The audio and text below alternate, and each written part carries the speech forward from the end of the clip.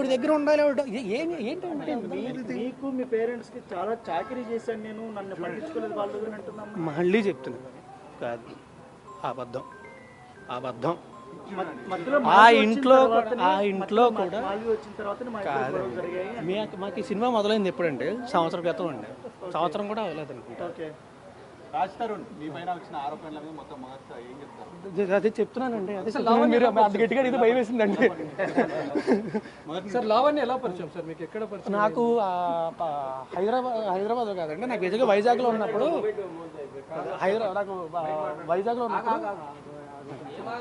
ఉన్నప్పుడు నాకు ఫేస్బుక్లో పరిచయం అండి. హైదరాబాద్ వచ్చింది. సరే వెళ్ళిపోతాం. నాకు వైజాగ్లో పరిచయం అండి. హైదరాబాద్ వచ్చిన తర్వాత ఇనీషియల్గా నేను ఒక దీనికోసం వచ్చిన సినిమా గురించి వచ్చినప్పుడు, హైదరాబాద్ వచ్చినప్పుడు ఇనీషియల్గా అప్పటి నుంచి పరిచయం అండి నాకు. అంటే ముందు నుంచే మీరు పెళ్లి చేసుకుందామని రిలేషన్ స్టార్ట్ చేశారు, లేకపోతే ఫ్రెండ్షిప్గా ఉండి అలా ఒకరికొకరు ఇష్టపడి పెళ్లి చేసుకుందామని అనుకున్నారు? లేదండి, రిలేషన్షిప్ అనేది ఉండేదండి, అప్పట్లో ఉండేదండి. 2-3 ఇయర్స్ అండి. ఆ తర్వాత లేదండి. బట్ నాకు పెళ్ళి అనే ఉద్దేశం ఎప్పుడూ లేదండి. కాబట్టి మీరు అడిగే విధానం బట్టి ఎక్కడ భయం వస్తుంది. ఎందుకంటే మీరు అన్నట్టుగా తనను పెళ్లి చేసుకోవాలి అంటే తనతో రిలేషన్, లేకపోతే తనతో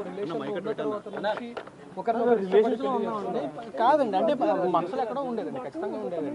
అంటే మేబీ అయితే బాగుంటుంది, మంచిది, డెఫినెట్గా బాగుంటుంది, అయితే బాగుంటుందని ఖచ్చితంగా ఉండేదండి. అందులో డౌట్ లేదండి, అది ఖచ్చితంగా ఉండేది. బట్ నేను ఎప్పుడు మాట ఇవ్వడం కానీ, ఇప్పుడు పెళ్లి చేసుకొని ఎప్పుడు జరగలేదండి. అసలు నేను ఎప్పుడు మాట ఇవ్వడం కానీ ఎప్పుడు జరగలేదండి. నేను ఇప్పుడు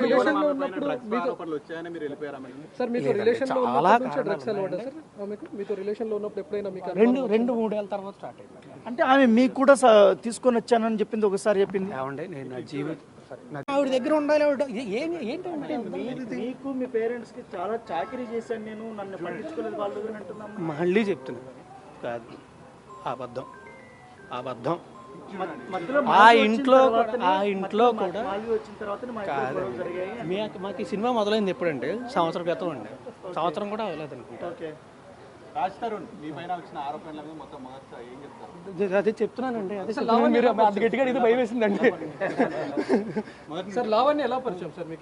నాకు హైదరాబాద్ కాదండి, నాకు నిజంగా వైజాగ్లో ఉన్నప్పుడు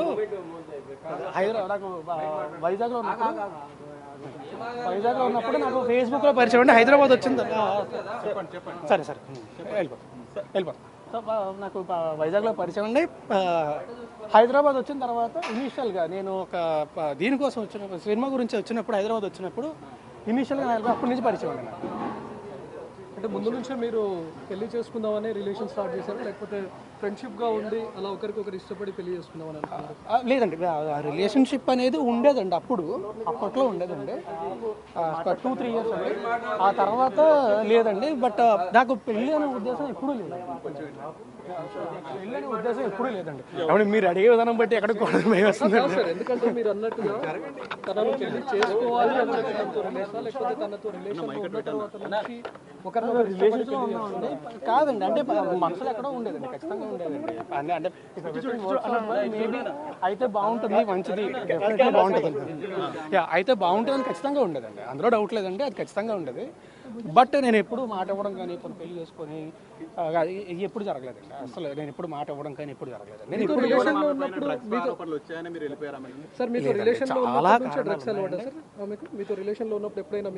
రెండు 3 ఏళ్ళ తర్వాత స్టార్ట్ అయింది.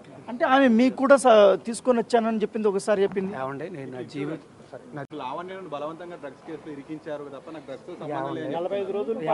జైల్లో ఒకటి చెప్తాను. ఇప్పుడు నేను ఆవిడ డ్రగ్స్ కేసులో ఇరికించేంత సీన్ నాకుంటే, నాకు ఈ పరిస్థితి రాదు కదా.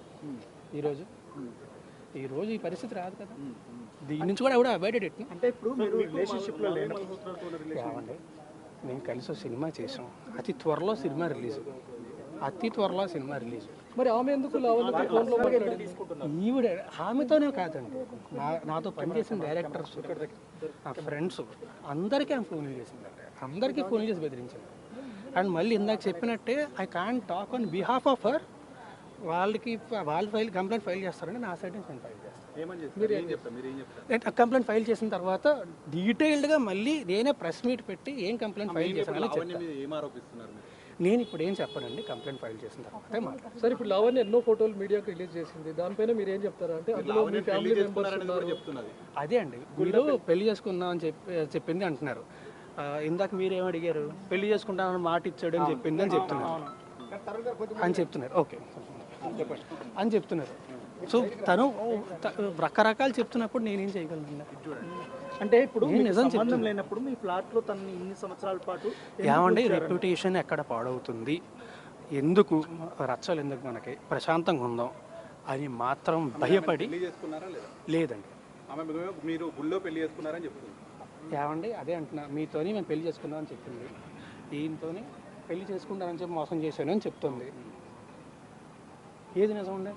అంటే మీరు కలిసి గణపతి పూజ కూడా చేసేవాళ్ళు.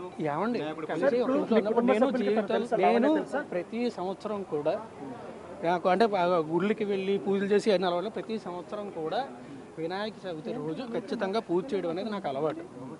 అంటే ఒక్క రోజు మాత్రం ఖచ్చితంగా చేస్తాను. గణపతి పూజ. అవునండి. ఇప్పుడు మీ ఫ్లాట్ లో ఆమె ఉందనేది అవునండి, నిజం అండి. మీరు ఎందుకు ఫ్లాట్ వదిలేశారండి? నేను ఫ్లాట్ వదలలేదండి. ఆమెకి డ్రగ్స్ అలవాటు, ఆమె చుట్టూ ఉండే మనుషులు వీళ్ళందరూ కూడా చాలా చెత్త. అలా అని చెప్పి నేను హైదరాబాద్ వచ్చిన కొత్తలో ఖచ్చితంగా నాకు హెల్ప్ చేసిందండి, గ్రాడ్యుయేట్ ఉంది. రెండోది ఏంటంటే నిజంగా ఇందాక చెప్పినట్టే నా రెప్యుటేషన్ ఎక్కడ పాడవద్దు అని భయంతో మూసుకొని నేనే బయటకు వెళ్ళిపోయానండి. వదులుకోవడానికి సిద్ధంగా లేనండి. నేను అసలు ఏమీ మాట్లాడలేదు, ఏమీ లేదు, నేనే వెళ్ళిపోయాను. మల్హోత్రా ఎందుకు లావణ్యతో మాట్లాడాల్సి వచ్చింది? ఆ ఆడియోలో కూడా ఉంది, తను చెప్తుంది నన్ను చంపేస్తాం, కనీసం బాడీ కూడా దొరకకుండా చేస్తాం అని చెప్పి ఎవరు తను కంప్లైంట్ లో పేర్కొంది. లావణ్య కంప్లైంట్ లో పేర్కొందండి. ఏదైనా ప్రూఫ్ ఉందా? ఈవిడే నేను మళ్ళీ చెప్తున్నానండి. So I can't talk on behalf of which is not right. So ఆవిడని బెదిరించిందండి, వాళ్ళ అన్నయ్యతోని చాలా ఫిల్తీ లాంగ్వేజ్లో మాట్లాడింది. ఇదంతా జరిగింది, ఇవన్నీ కూడా వాళ్ళ దగ్గర ఉన్నాయి. వాళ్ళు కంప్లైంట్ ఫైల్ చేస్తారండి. I can't talk on behalf of which it's because it's not right. ఇంకోటి క్లారిటీ ఇవ్వండి. అంటే మీరు ప్రతి ఇంటర్వ్యూలో కూడా మీరు పెళ్లి చేసుకోవాలని చెప్తున్నారు, కానీ ఆమె చెప్తున్నటువంటి వాటిలో పెళ్లి చేసుకుంటానని నమ్మించి మోసం చేశాడు. ఏమంటే పెళ్లి చేసుకుంటా నమ్మించి మోసం చేశానని ఒక దగ్గర చెప్తుంది, మాకు ఆల్రెడీ పెళ్లి అయిందని ఇంకో దగ్గర చెప్తుంది. గుడిలో పెళ్లి చేసుకున్నా అది చెప్తే అబద్ధం చెప్పడం మొదలు పెట్టినప్పుడు ఏ అబద్ధం అనేది చెప్తారండి. నేను నించొని నిజం చెప్తున్నా. నేను ఇందాక కూడా నేను మీ భయపడి మిమ్మల్ని ఎవరి వెళ్ళిపోతాను కదా, నిజంగా ఎంతో ఒక నిమిషం మాట్లాడాలి కాబట్టి కారు ఎక్కానంటే మా డ్రైవర్ తెలియక తీసాడు. అందుకే డ్రైవర్ని కూడా దిగమన్నా అప్పుడైనా సరే 1 minute ఆగుతారు మాట్లాడి వచ్చేద్దాం అని చెప్పి. నాకు అసలు మీడియాని అవాయిడ్ చేద్దాం అనుకుంటే అసలు ఎక్కడ దాకా కూడా మీరు లావణ్యతో రిలేషన్షిప్ వదులుకోవడానికి కారణం ఏంటి? తను డ్రగ్స్ తీసుకుంటుందని తెలిసిన తర్వాత వదులుకున్నారా, లేకపోతే ముందు నుంచి వదులుకున్నారా? ఏమండి 2-3 ఏళ్ళు అంత బాగానే ఉంది. ఆ తర్వాత మా అందరికి ఎటువంటి రిలేషన్షిప్ అంటే శారీరకంగా కానీ ఎలాంటిది లేదండి. అండ్ ఆవిడ వేరే అతనితో రిలేషన్షిప్లో ఉండి నేను ఆవిడ దగ్గర ఉండాలి.